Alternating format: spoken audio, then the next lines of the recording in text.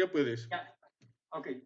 Bien, continuamos entonces en la página interna 265, que es la 305 del total del libro, que nos dice que el hombre tiene su origen, lo mismo que otros animales, en una célula, y se desarrolla a través de estados indistinguibles de los del pez, del reptil y del mamífero, hasta que la célula alcanza el desarrollo altamente particularizado del cuadro humano. Perdón, Gaspar, no está compartiendo el libro. Puedo seguro compartir tampoco. Sí, sí, lo podés compartir porque recién se vio. Sí. Sí, sí, ahora sí se ve. Sí, hermano, ahora se ve. Bueno, menos mal. De todos los mal, tenemos alguno que no salió tan mal. Bien, nosotros, para volver a, porque ustedes no lo estaban viendo, que el hombre tiene su origen, lo mismo que otros animales, en una célula, y se desarrolla a través de estados indistinguibles de los del pez, del reptil y del mamífero. Fíjense que 3 especies están separadas, hasta que la célula alcance el desarrollo altamente particularizado del cuadro humano. Y por último, al tipo humano. Es un axioma oculto de hace miles de años. Es decir, según se va avanzando en la evolución de la forma, las células se van particularizando y se van completamente distinguiendo unas de las otras. Por eso en un inicio hubo tantas posibilidades de que cuando empieza la procreación sexual, tras la división de los sexos, pudo haber ¿cómo decir? El que una especie pudiera entrar, fructificar el seno de la otra. O sea, que esos seres humanos que no recibieron la mente de la tercera parte de los pitris solares, que se negaron a encarnar en los cuerpos tan toscos que las últimas mónadas que se habían individualizado poseían, porque el cuerpo también de las primeras divisiones, de las 7, en que se compone toda expresión de la vida en la forma, habían 7 categorías monádicas de la humanidad. Las más avanzadas fueron las que recibieron la capacidad de expresar inteligencia a la mente, y la primera era tan avanzada que los pitris se encarnaron en sus cuerpos y lograron hacerle adelantar tan vertiginosamente la velocidad de evolución de las mónadas de la primera clase, que alcanzaron el adictado en las mismas primeras encarnaciones en la tercera raza lemur.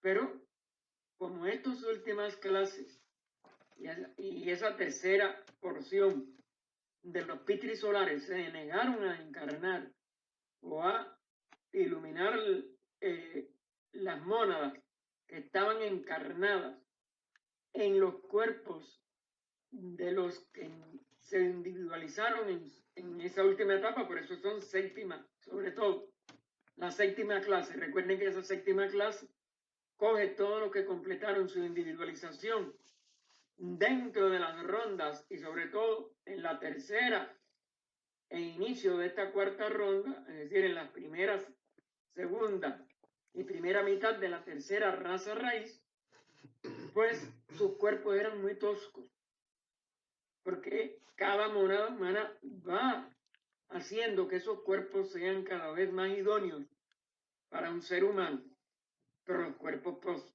procedían de una etapa no individualizada en que su expresión era muy animal.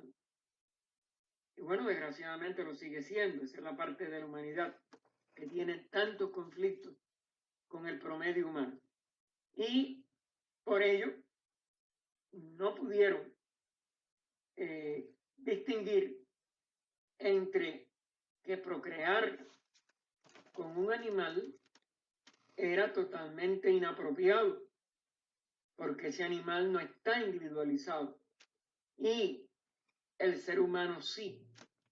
Y entonces se engendraron este tipo de animal humanizado hasta cierto punto, que por las cuales ellos fueron responsables kármicamente y todavía son gran parte del reino, digo, de la especie que llamamos los cuadrumanos, es decir, los monos, y que hasta la quinta ronda van a tener la oportunidad de poderse incorporar de nuevo al reino humano si adelantan lo suficiente en su humanización y dejan a un lado las características animales que les quedan. Creyendo como creemos, perdón, ahí me fui. El axioma cabalístico: la piedra se convierte en planta, la planta en animal, el animal en hombre, el hombre en Dios, se sostiene firme a través de las edades. Es decir, que estos pasos son los que se van, como si dijéramos, siguiendo dentro de los reinos que nosotros consideramos con expresión física. Recuerden que anteriormente están los 3 reinos elementales y estos ya mineral, planta, animal y humano completan los 7 del ciclo de necesidad. Y ese no es solo un axioma cabalístico, se atribuye también a Hermes Trismegisto, tanto en la más antigua civilización egipcia como griega, porque tiene sus personificaciones en ambas culturas. Creyendo como creemos que el hombre durante las rondas anteriores, es decir, estamos en la cuarta, la primera, la segunda y la tercera, ha hecho su evolución desde las formas más inferiores de todas las vidas, sobre todo al iniciar en la primera ronda de esta cuarta cadena todas las modificaciones del espacio que estaban dirigidas a ser nuestras formas en cada una de estas manifestaciones de los reinos desde el mineral al humano. Y entonces, bueno, creyendo como creemos que el hombre ha hecho su evolución desde las formas más inferiores de todas las vidas, vegetal y animal, en la tierra, y ha pasado por ellas, no hay nada muy degradante en la idea de tener al orangután como un antecesor de nuestra forma física. Es decir, hay 2 tipos de antecesores: el antecesor físico exclusivamente y el antecesor de alma evolucionante. Y en cuanto a las formas, el ser humano abrió todas esas, como dijéramos, líneas de energía, de fuerza, de manifestación, y también, como es natural, tiene un parentesco físico. Pero lo que no es correcto es ya este hombre dividido en sexos, etcétera, que descienda directamente de la vida animal. Ya el ser humano tuvo que pasar por la individualización antes de esta división en sexos y por tanto antes de estas posibilidades que vimos que se presentaron, porque una tercera parte de los pitris solares se negaron a ocupar las formas que debían de haber ocupado durante la tercera raza, es decir, en el momento de la división en sexo, en donde ese error por ignorancia no se había cometido. Todo lo contrario, ya que esto apoyaría de modo irresistible la doctrina oculta respecto de la evolución final de todo lo existente en la naturaleza terrestre hasta convertirse en hombre. Es decir, ahí hay una necesaria sucesión de la conciencia que anima a todas esas formas. Y el pináculo de la expresión de esa conciencia es el reino humano. Por tanto, desde ese punto de vista, hay, vamos a decir, una razón para mantener que aún la forma de los actuales homínidos o monos en general, pero sobre todo el orangután y algunos de ellos, fueron procedentes de ese pase de nuestra humanidad por todas las formas de todos los globos. Recuerden que eso se hace en todos los globos. Y desde el inicio de nuestra cuarta encarnación de este globo planetario. Podría uno hasta preguntarse cómo es que los biólogos y antropólogos, una vez que han aceptado firmemente y por desgracia de una forma dogmática, con nada más que los aspectos físicos de la evolución de la forma, porque recuerden que la forma también evoluciona en los globos y en pasos no físicos. Una vez que han aceptado firmemente la teoría de la descendencia del hombre del mono, ¿cómo es? Repetimos, que han dejado hasta ahora sin tocar la futura evolución de los monos existentes en hombres. ¿Se dan cuenta? El concepto evolucionista está muy, como si dijéramos, parcialmente entendido y parcialmente aún concebido por la ciencia materialista. Y no se explican por qué esas transformaciones de la evolución de la forma se ha detenido. ¿Por qué no hay y tienen que estar buscando el eslabón perdido? ¿Por qué no están todos los elementos?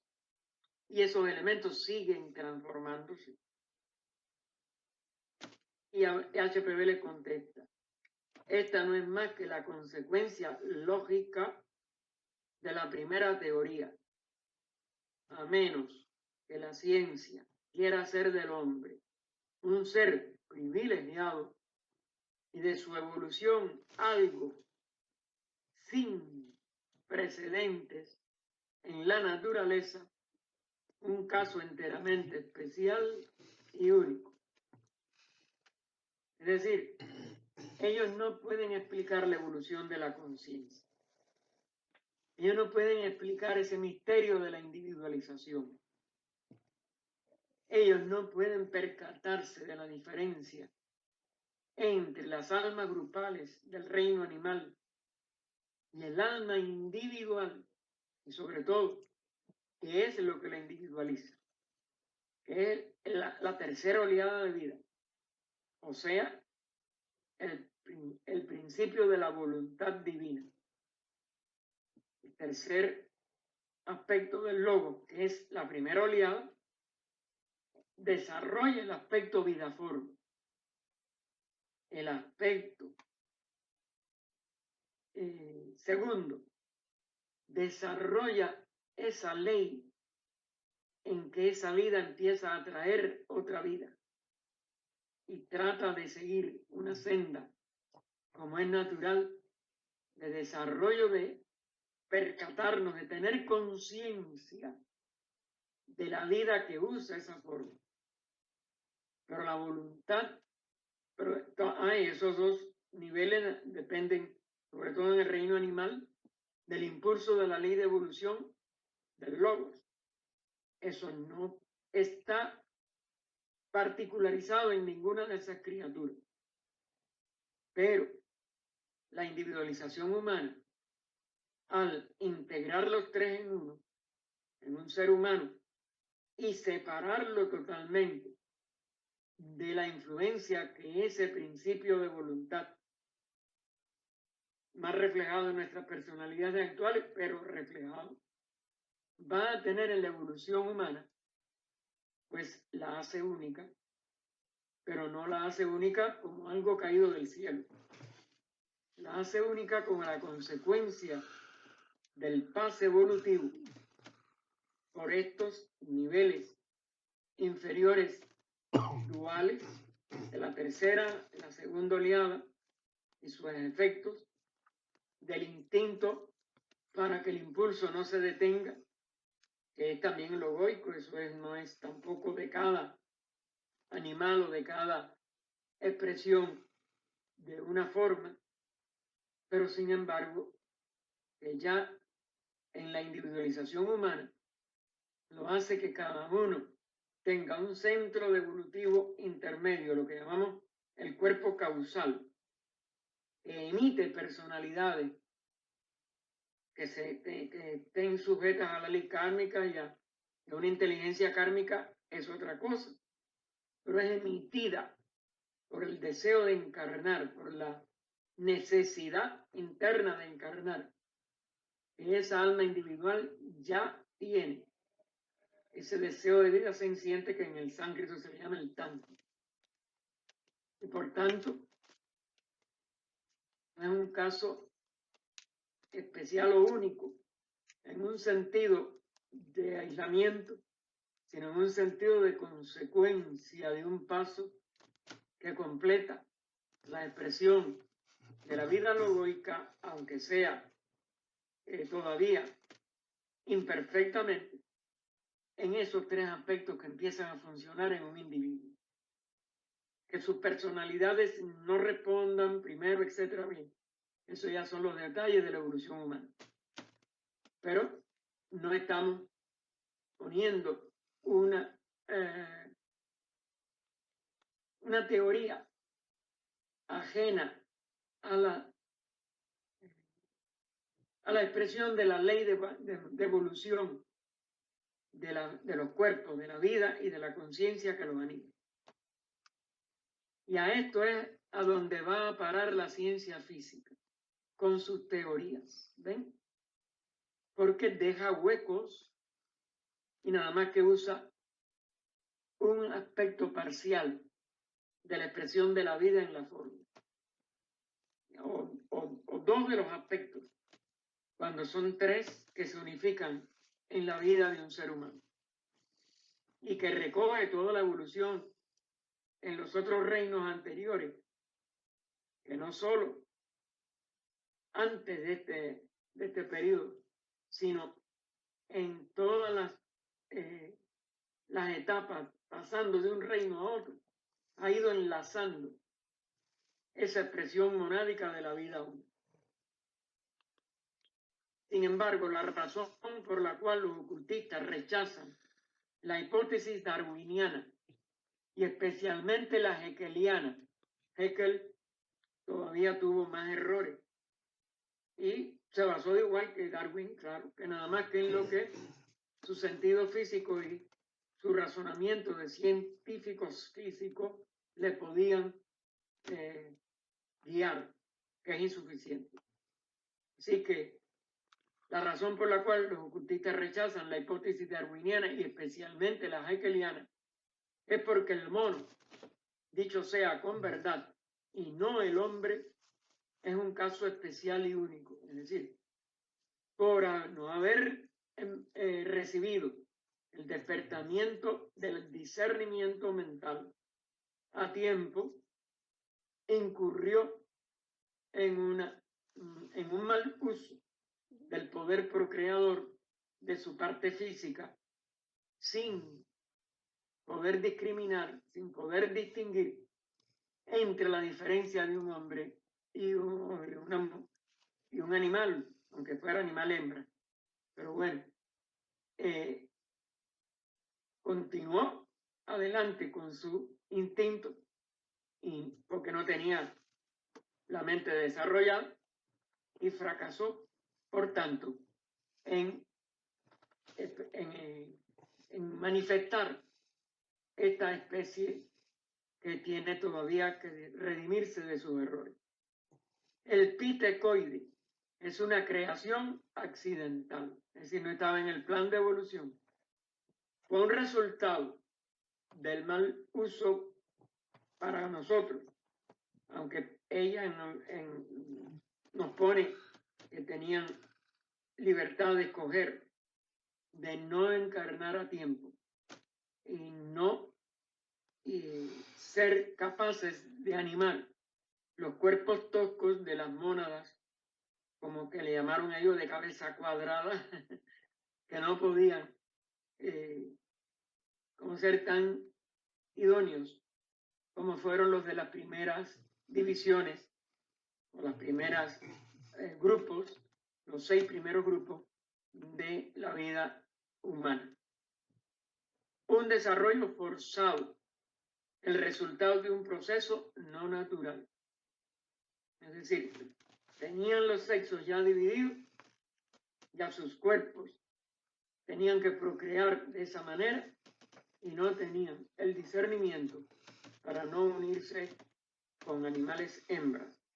Y las células no habían alcanzado, como es natural, tampoco la diferenciación para que el abismo entre ambas capacidades de reproducción estuvieran lo suficientemente separados como para que una unión de ese tipo no tuviera fruto, como sería ahora si un hombre se une con un animal. La doctrina oculta es, creemos más lógica, enseña una ley cíclica, siempre invariable en la naturaleza, pues esta no tiene designio especial, lo pone entre comillas, personal alguno. Recuerden que ni aún un lobo es exclusivamente, aunque tenga cierto aspecto personal, no es un Dios separado personal, como lo concibe o como lo conciben las religiones politeístas. Es una jerarquía que ha alcanzado un grado de evolución que le permite expresar estas leyes de la naturaleza. Pero nunca es un Dios personal, caprichoso, ignorante o vengativo, etc. Es la expresión jerárquica de sabiduría de cómo la ley de evolución se aplica a un sistema planetario, primero un sistema solar, etc. Que el logo también aprende, o la jerarquía logoica también aprende, y que tiene algunos traspiés, como cuando se trató, vimos en una de las locas anteriores y estancias, de antropogénesis anteriores, creo que fue la tercera, la cuarta, que trató de crear al hombre sin la ayuda de estos pitris superiores solares, que ya no son del sistema planetario, y que eso fue lo que produjeron esa primera expresión humana de hombres terribles que hubo que destruirla, porque no podían las mónadas individualizadas habitar a esas criaturas. Se necesitaban estos pitris solares para que pudieran despertar este principio intermedio entre la duada espiritual, porque hay todo. La tríada es la que tiene ya la presencia manásica, la duada espiritual con el cuaternario inferior, que fue lo que se pudo empezar a hacer evolucionar y a manifestarse.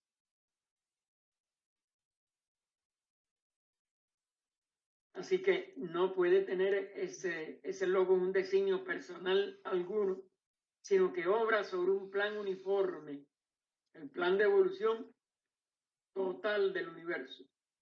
que prevalece durante todo el periodo manvantárico y trata a la lombriz de tierra como trata al hombre. Es decir, es una expresión de vida y lo que aplica ese plan al nivel evolutivo de cada una de esas etapas de los reinos mineral, vegetal, animal, humano. Ni el uno ni el otro, es decir, ni la lombriz ni el hombre, han procurado venir a la existencia y por tanto ambos se encuentran bajo la misma ley de evolución y ambos tienen que progresar con arreglo a la ley kármica. La ley de evolución se rige por esta causa y efecto constantemente jugando, constantemente dando la consecuencia de cualquiera de las acciones que esa expresión de ese reino y de esa etapa del reino y de esa, en el caso humano, individualidad del reino, o que esa alma grupal de los reinos anteriores ha podido poner en movimiento de acuerdo a su estatura y recibe el efecto de acuerdo a la ley kármica. Ni el uno ni el otro han procurado venir a la existencia y por tanto ambos se encuentran bajo la misma ley de evolución y ambos tienen que progresar con arreglo a la ley kármica. Ambos han partido del mismo centro neutral de vida y ambos tienen que volver de nuevo a él a la consumación del ciclo. Es decir, que todas las causas kármicas tengan sus efectos proporcionales a todas las acciones para que pueda establecerse el equilibrio en el centro neutral. El centro neutral es tanto el aspecto vida como el aspecto prakriti o purusa, cuando decimos vida, con el aspecto prakriti, donde esa vida entonces durante el manvantara se expresa en una forma aparentemente dual. Esa unidad sigue, pero durante el ciclo manvantárico aparece como polarizado en purusa prakriti. Cuando llega el pralaya, se restituye a esa unidad total de la noche en que todo queda en un nivel neutro. Ni purusa puede actuar sobre un prakriti manifestado y por tanto queda como para Brahma Mula Prakriti, usando la terminología. Por eso es que esa terminología hay que comprender que no fue caprichosa de los libros de Sian y mucho menos de HPB, insistir en lo mismo. Ambos son una sola realidad durante todo el Mahapralaya. Y entera, total, que abarca todo. Y durante el Mahamanvantara, con distintos subperiodos de predominio de manvantaras menores, kalpas, etc. y manvantaras solares, etc., donde hay noches en donde también se diluyen casi todos los aspectos en ese sistema de esta relación para Brahman Mula Prakriti y están por esos periodos menos en una relativa unidad otra vez. La unidad total, sensación total de todo centro es durante el Mahapralaya y abarca a todo. Los otros pueden abarcar hasta un punto, pueden abarcar un periodo menor, etc. Eso es muy complejo y no tenemos los detalles, pero la idea general es esta y es la que tenemos que mantener siempre en nuestra atención. Por otra parte, se nos enseña que las transformaciones a través de las cuales pasó el hombre en el arco descendente, es decir, esos reinos elementales, que es centrífugo para el espíritu y centrípeto para la materia, él se va alejando de su centro como espiritual, pero se va acercando al centro material, porque hay durante todo el Manvantara y durante el inicio, primero hasta llegar al punto más bajo, pues tiene que aumentar la fuerza centrífuga del espíritu para que pueda sentirse separado, y la materia tiene que atraerla para que él se sienta expresado o relacionado con esa materia.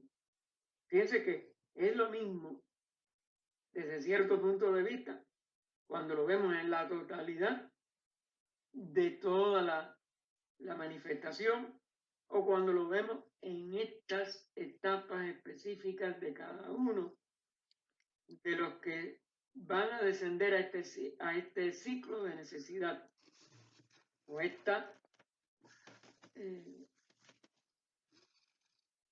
este pase por los 7 reinos que constituyen esta necesidad para que la evolución pueda completarse y surge de la unidad consciente y totalmente neutra en la realidad mula prakrítica, y va a través de los purusas manifestados en niveles diferentes de prakriti que le atraen y lo anclan a distintas densidades de estas expresiones de prakriti ya diferenciado.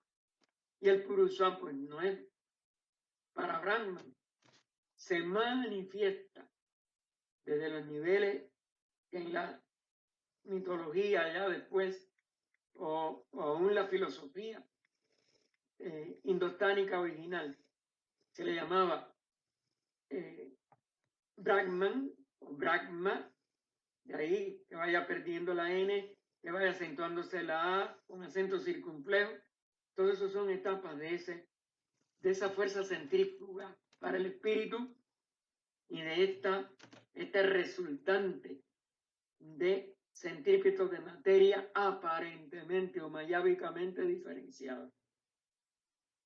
Así que, quitando ahora los iónicos, por otra parte se nos enseña que la transformación a través de las cuales pasó el hombre como humanidad completa, como reino microcósmico del macrocosmos, en el arco descendente de aquellas por las que se está preparando a pasar en lo sucesivo, en su camino ascendente, porque después de la 4ª ronda y de la 4ª raza de esa 4ª ronda, el camino ya no es descendente, el arco descendente llegó al fondo, la raza Atlante.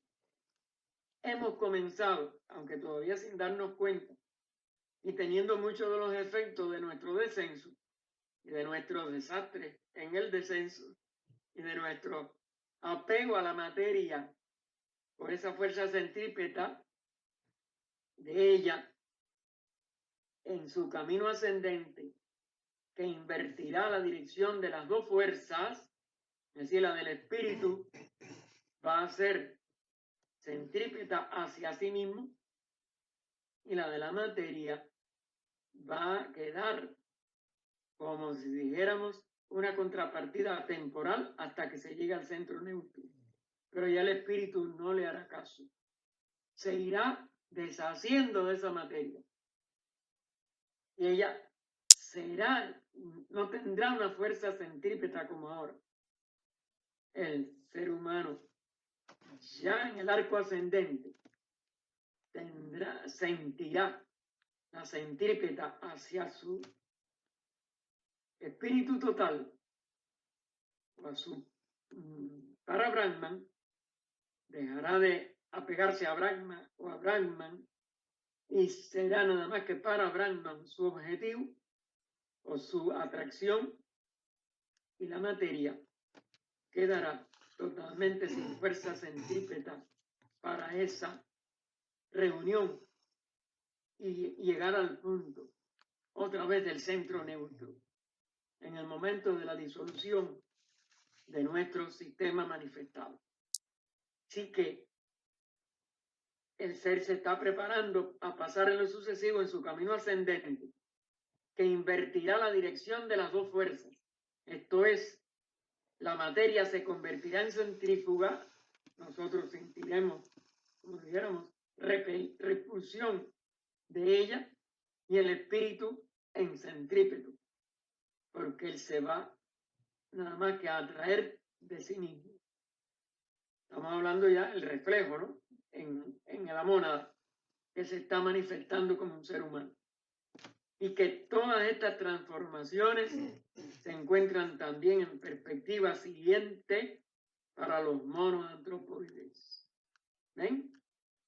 A la vez que estemos en la quinta, sobre todo, esa atracción hacia el espíritu propio de ellos, de los cuales ellos se han alejado enormemente por apego a la materia animal con la que se mezclaron y con la que se prostituyeron en un sentido interno, en un sentido espiritual, pues ellos, y fíjense cómo ella lo enfatiza en Italia, tendrán la oportunidad de ser centrífugos hacia su espíritu y centrípetos, centrípetos hacia su espíritu y centrífugos hacia la materia. Para todos aquellos, por lo menos, que han alcanzado el grado próximo al del hombre en esta ronda. Esta ronda, en la cuarta, hay que de verdad espiritualizarse en lo que nos queda de esta, y en la siguiente, pues en la quinta recuerden que donde está el simbólico juicio final dogmatizado de las religiones también exotéricas con ellos. Y que estos serán todos hombres en la quinta ronda. Esos monos sí cumplen con esa atracción hacia su espíritu. Sientan su propio espíritu como una fuerza centrípeta, la que los atrae. Del mismo modo que el hombre actual habitó forma semejante a la del mono en la ronda tercera, la anterior, cuando vimos la estancia y las enlocas. Sobre la tercera ronda, vimos que las formas humanas se parecían mucho a las simias de hoy. Y esos son, consideramos, etapas de la transformación de la vida a través de la forma. Los monos aparecieron millones de años después que el ser humano parlante. Millones, es decir, pasaron millones desde el promedio de la separación en sexo en la postrimería de la tercera raza lemur, y solamente dentro de la la máxima materialidad de la raza atlante fue donde cometieron todas estas salvajadas o todas estas violaciones de la ley de procreación, y por tanto son los últimos contemporáneos de nuestra quinta raza. Y todavía, repito, pero la humanidad los puede ayudar mucho, y eso se ha planteado también por HPV, creo que en los mismos comentarios y respuestas que ella dio a las reuniones en la Logia de Londres. Son las principales preguntas que se plantearon sobre la doctrina secreta, porque indudablemente seguirá teniendo para nosotros muchas incógnitas que el intelecto no podrá responder. Así pues, es muy importante tener presente que los egos, fíjense cómo le resalta en itálica, de los monos son entidades obligadas, tienen ego, tienen un cuerpo causal, aunque sea muy poco expresivo, pero tienen un centro en donde tienen que apegarse a lo espiritual y a un verdadero desarrollo de la razón superior, no que se sigan dejando arrastrar por los deseos. Este ego de los monos son entidades obligadas por su karma a encarnar en formas animales resultantes de la bestialidad de los últimos hombres de la tercera raza que no habían recibido mente y de los primeros de la cuarta que tampoco lo habían recibido y que se habían ido todavía densificando más en los cuerpos y por tanto teniendo cada vez deseos más burdos de procreación. Y es esa la degradación en que esos egos cayeron. Son entidades que ya habían alcanzado pero lo pone entre comillas, grado humano antes de esta ronda. Por tanto, porque en esta ronda fue donde se cerró la puerta. Por lo tanto, son ellos una excepción de la regla general. Debían de haberse mantenido en el nivel humano. Y si esa tercera parte de los pitris solares no hubieran rehusado descender y iluminar a iluminar o encender la mente de estos egos, pues ellos no hubieran pasado por esa circunstancia. Por lo tanto, son ellos una excepción de la regla general. Son verdaderamente hombres mudos. Fíjense cómo nos lo pone entre comillas. Y se convertirán en animales parlantes. O aclara entre paréntesis, u hombres de un orden inferior, porque claro, todavía tienen muchas cosas animálicas y les falta mucho de desarrollo de la inteligencia que ya se les despertó, pero muy tarde, en la quinta ronda, ¿ven? En la quinta, que es donde está ese juicio final. Tanto para los hombres que no acaban de enfilarse hacia el bien y hacia la espiritualidad, que son los delincuentes y la gente casi que intratable de la presente humanidad y que complican la vida humana en todos los países y en todos los sentidos, y estos seres que tienen que cesar de ser hombres mudos para que entonces, aunque en un nivel todavía primitivo, por eso ya pone animales parlantes, que son hombres de un orden inferior.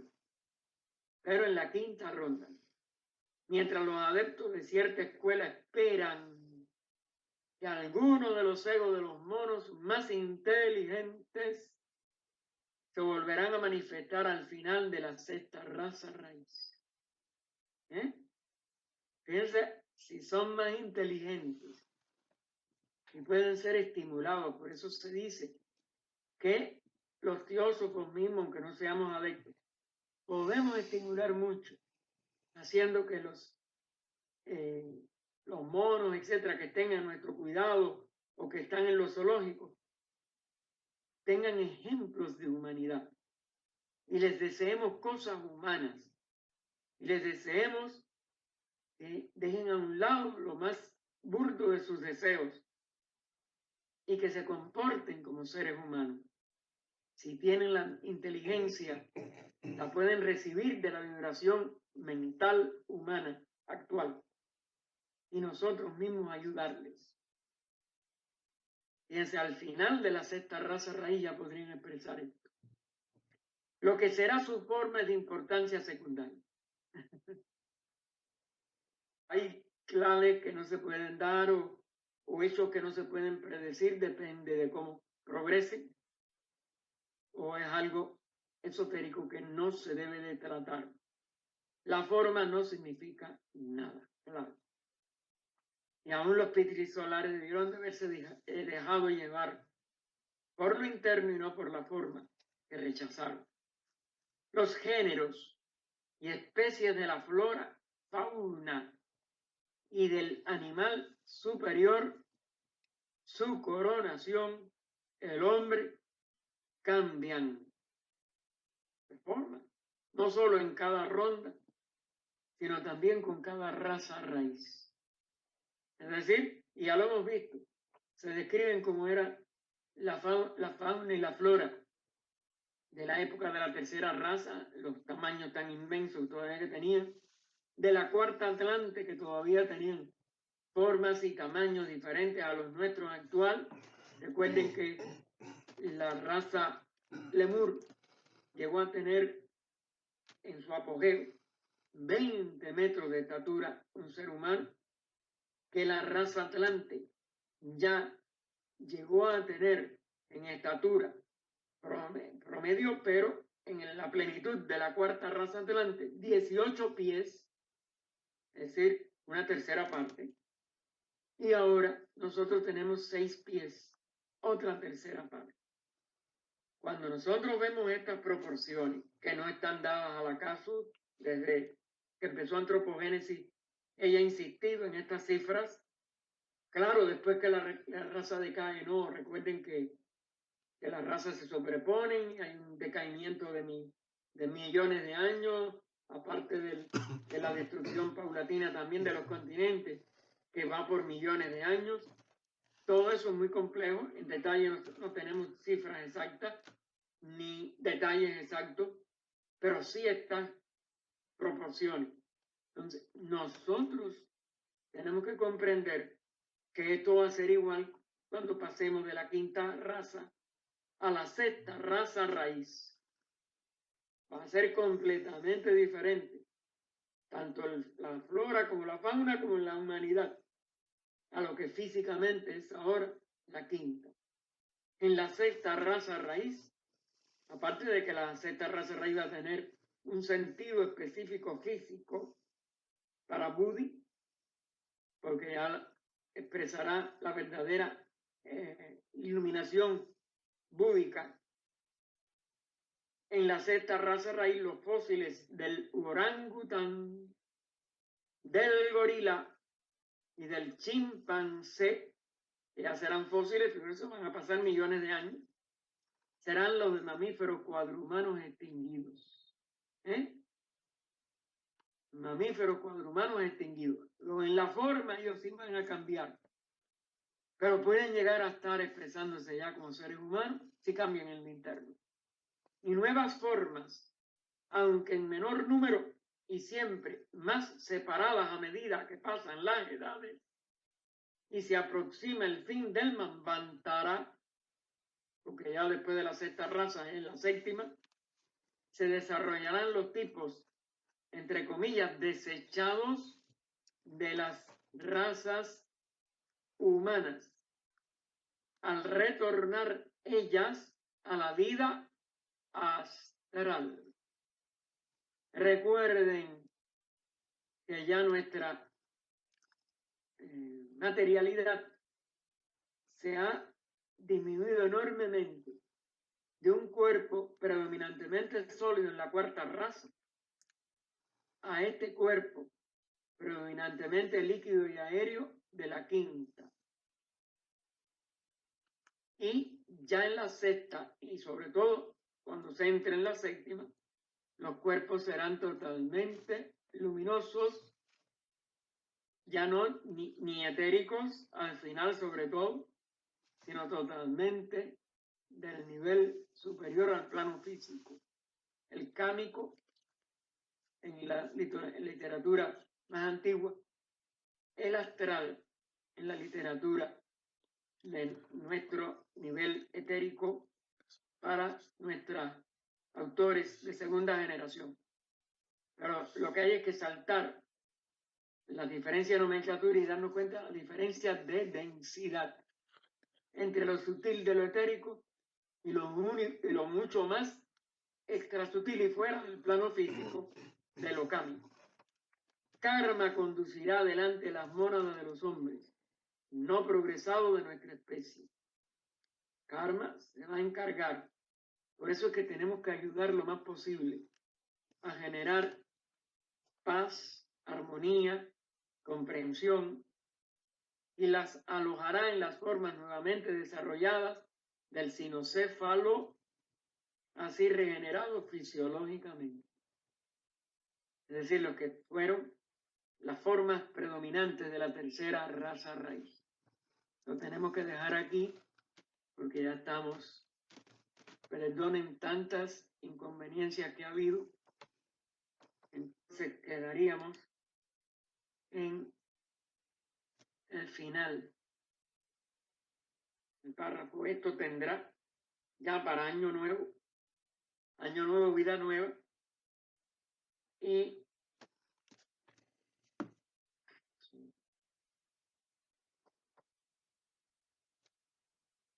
déjeme anotarlo porque si no, aunque después se me pierde, sería la 307 y esto tendrá lugar.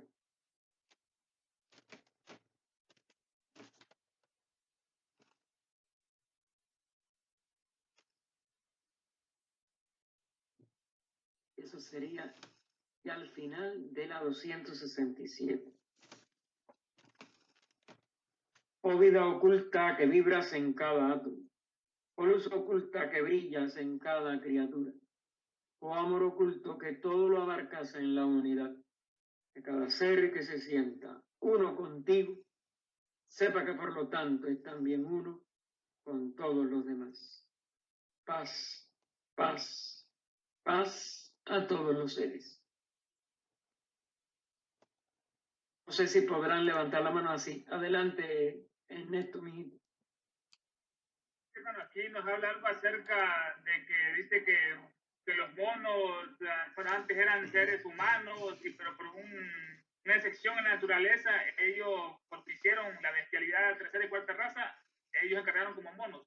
Hermano, esto no sería una involución, ya que vimos anteriormente que todo va en la cadena evolutiva normal, mineral a planta, planta animal, animal humano, humano a Dios, etc. Mira, ellos siguen siendo humanos, como ella ha puesto bien claro. Su ego no se puede disolver. El paso atrás no se da. Pero ellos engendraron estas formas animales por deseo animal, al no haber desarrollado su inteligencia. Es hasta donde mi comprensión alcanza. Creo que es un autoencierro que kármicamente ellos hicieron porque nada más que obedecieron a lo animal, que no son los únicos responsables, de donde está la parte que más tenemos que dudar de, como si dijéramos, nuestra incapacidad de poder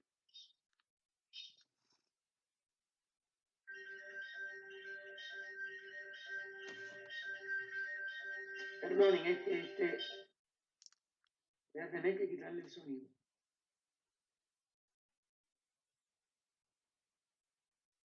Es una persona pobrecita que me llama y que no puedo ahora atender. Está enferma y eso, pero figúrense, no puedo hacer otra cosa.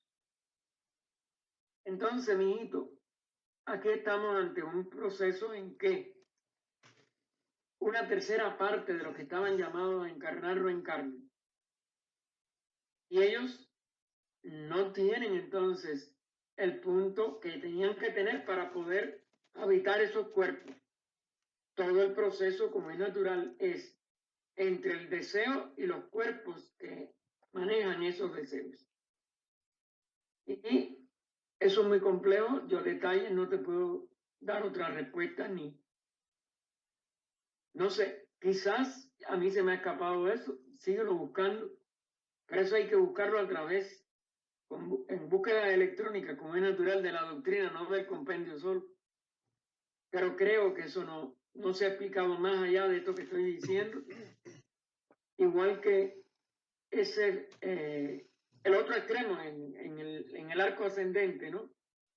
Que las mónadas de la primera clase estaban tan adelantadas en su ya atracción hacia el espíritu, esta fuerza centrípeta que atraía a la materia de las demás mónadas no jugó, y ellos se elevaron, no solo ellos, a que los pitris anisvata, los pitris solares, pudieran plenamente vivificar toda su evolución espiritual, sino que alcanzaron la culminación de la individualidad, entraron en el nivel de la jerarquía de Dhyani-shojan, lo que sea, de señores de sabiduría, a que entra la humanidad cuando completa el ciclo de necesidad de los 7 reinos. Es decir, se fueron por arriba del reino humano, que era un estímulo sobre todo de estos pitris correctos, pero que ellos de verdad no se dejaron seguir arrastrando a la parte más densa del ciclo, que era el de la 4ª raza, y que no esperaron a que el ciclo ya estuviera en el arco ascendente para el promedio de la evolución, sino que se adelantaron, y por eso constituyen los primeros adeptos de nuestra jerarquía, porque los adeptos son jerarquías. Esa es otra de las cosas que tenemos que seguir profundizando en nuestra capacidad de poder. Por favor, me cierran.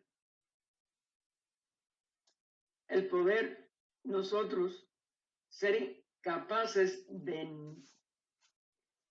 de comprender que la jerarquía de adeptos, aunque sus funciones sean diferentes, no son seres separados ni individuales. Y esa es una de las cosas más difíciles de entender de la jerarquía, de lo que llamamos la fraternidad de adeptos, que se han dado otros nombres por la comunión de los santos, en cada religión y aún en literatura teosófica, fraternidad blanca, pero como hay problemas hoy en día con estas luchas de los colores de piel, etcétera, pues es preferible no volver a esa terminología. Pero sí son no seres separados, aunque puedan una función de ellos enfocarse en un nombre o en una función o en una ayuda, como le hicieron a Cine los maestros KH y M, pero esa no es la totalidad de su ser. No podemos entender el misterio de una fraternidad. Ellos son una unidad jerárquica. Sus funciones son las que son también jerárquicas. Y aparecen, pero es el maya. Ellos están en la unidad como nosotros mismos, pero ellos conscientemente en la unidad. Nosotros nos creemos individualidades separadas. No lo somos. Nosotros también somos la unidad. La unidad nunca se divide. La unidad nunca entra en limitaciones de tiempo-espacio. La unidad siempre es en lo eterno. Y lo eterno no es una sucesión de tiempos o una expansión del tiempo presente. Va más allá del tiempo y del espacio relativos. Otro misterio que nuestra mente jamás, yo creo, que pueda realizar, pero que tenemos que poner nuestra atención sin darnos cuenta. Aún como estudiantes de teosofía decimos cada disparate. Que si el maestro se puso bravo con otro maestro, que si dijo otra cosa diferente. Cosas absurdas, absurdas. Tenemos que seguir atentos, nada más que una atención, hasta que lleguemos al estado de una atención meditativa. Es decir, que pase por las 3 fases que constituyen unidas al llama.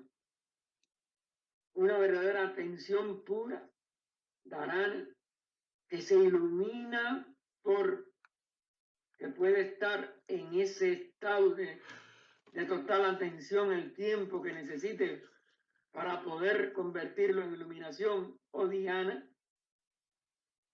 que traspasa nuestro nivel normal de conciencia en samadhi.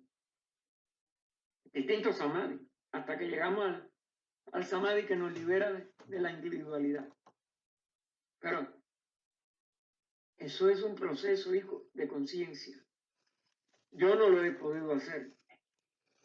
Pero el que uno no lo pueda hacer no significa que uno no se percate de la envergadura de lo que hay que hacer. Y eso es lo que yo te invito a que lo sigas penetrando, lo sigas estudiando. No nos quedemos en las palabras. Las palabras nunca hacen gran la cosa. Y las palabras siempre son instrumentos de la mente. Y el proceso meditativo es el que nos hace trascender la mente. Luego, tenemos que empeñarnos de verdad en autotransformarnos. Si no, todo es estudio en palabra e intelectual, nunca saldremos de la ignorancia. Solo sé que no sé nada, dijo aún Sócrates. Perdona si no te puedo dar otra luz. Cada uno tiene que hacerlo por sí mismo, hermano, sobre todo. Adelante, Ángela. Sí, hermano, un comentario así de pasada, ¿no? Usted dijo de la doctrina secreta, ¿cómo le llaman? En internet o como sea. Pero yo le quería decir a Ernesto que en el libro, lo que es el libro, el tercer tomo de la doctrina secreta de la Kier, hay mucha más aclaración acerca de la pregunta que él hizo. Si lo puede leer, va a encontrar allí algunas cosas que le pueden dar una luz. Pero como usted dice, hay que seguir buscando y dejar la intelectualidad un poco. Gracias, hermano.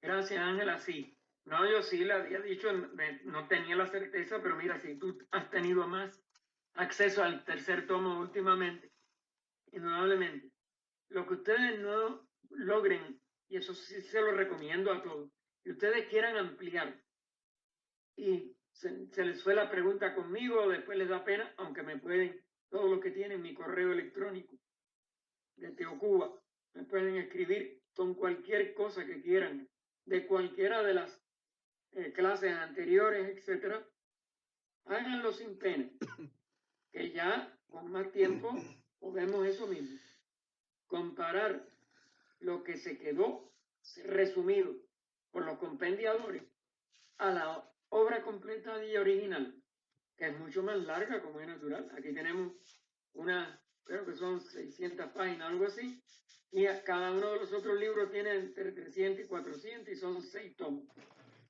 Porque recuerden que el sexto fue todos los materiales que ella dejó en enseñanzas orales y que era necesario que también se estudiaran por todos los estudiantes y se pudieran, como si dijéramos, hacerle a ella las preguntas que se hicieron sobre todo en las transacciones, era como se llamaba, no me venía cuando estaba en el libro, las transacciones de la logia de Londres. Allí ya hay libros escritos sobre, aún con comentarios y todo, de qué entendieron algunos de los que estaban con ella, etc. Busquen, sigan investigando en lo que no entiendan, tanto del compendio como de la obra completa, como de estos tratados que se han publicado después, comentando las respuestas de ella a las preguntas que se le hicieron en la logia de Londres sobre esas mismas dudas, sobre estas mismas, porque esto es una selva de conocimiento. Y ninguno de nosotros sabe entrar a esa selva de pie de la primera intención. Todos tenemos que seguir. Yo empecé a leer, siempre se lo he dicho, en el año 59. Nunca lo he dejado de estudiar. Y creo que no sé nada de ella. Cada vez que empiezo me doy cuenta que no me acuerdo de esto, que no vi lo otro, porque esto no tiene fin en cuanto a capacidad de profundizarlo. La capacidad tenemos que irla ampliando y ampliando y ampliando y ampliando para poder profundizar aún esto que nada más se le permitió a ella escribir. Pero Mientras más estudiemos, más podremos ir teniendo perspectivas y rectificando nuestras apreciaciones anteriores, que siempre han tenido que ser más limitadas. La conciencia sí se va abriendo con esta obra. Esta obra es muy práctica para ampliar la conciencia del investigador, pero la obra completa, indudablemente. ¿Algo más? Bien, hermano, vuelvo a pedir disculpas por todo lo que ha pasado hoy y tengo que ver cómo yo resuelvo el poder entrar directamente, porque entro por nada más que unirme a vamos a decir, el original, y esto y lo otro me dice que no es la clave, que una serie de cosas que ustedes no se pueden imaginar. Yo tengo que volver a clarificar mi cuenta de Zoom para poder ver este Gaspar solamente tiene que decir feliz Navidad ya.